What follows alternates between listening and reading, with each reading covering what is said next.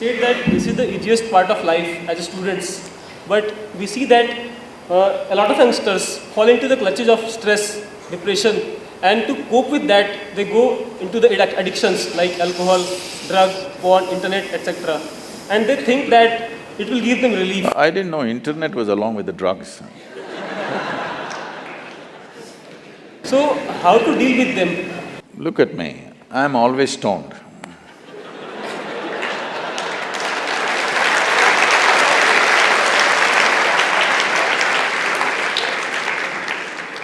Never been on a substance, but you must understand, whatever stimulus you may take from outside, essentially human experience of all kinds is caused only from within. The question is only, are you on push start or are you on self-start? Which is better technologically? Self-start. So, if I teach you, suppose I teach you that you can simply sit here and be totally blissed out, more stoned than anybody on the campus. At the same time, you're fully aware, would you go for it? Would you go for it? Fully stoned, fully conscious, would you go for it? See, the only problem with your alcohol, drugs, everything is not a moral issue. It is a life issue because it destroys life. It's not a morality that this is good, this is bad, that's not the point. The point is it makes you incapable in so many ways. There was a certain Israeli scientist who was researching on marijuana or cannabis. Over 18 years, the US Drug Administration gave him large quantities of marijuana and he went on experimenting, and 18 years' time he came up with really nothing significant.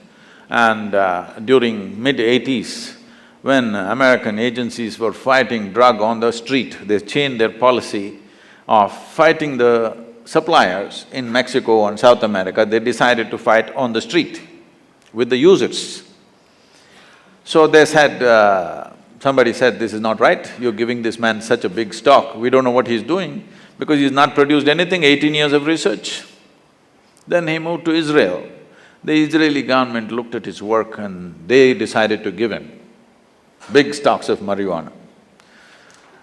And after another 3.5, 4 years, he came up with this. He found that in the human brain, there are millions of cannabis receptors.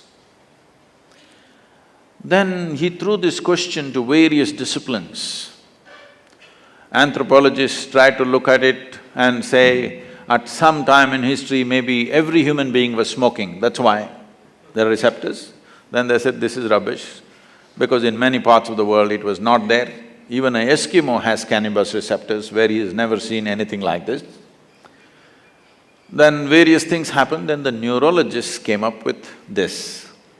They said, always the human brain is waiting for the cannabis, that which causes intoxication, not waiting for it from outside. It can generate from within, that is why there are receptors.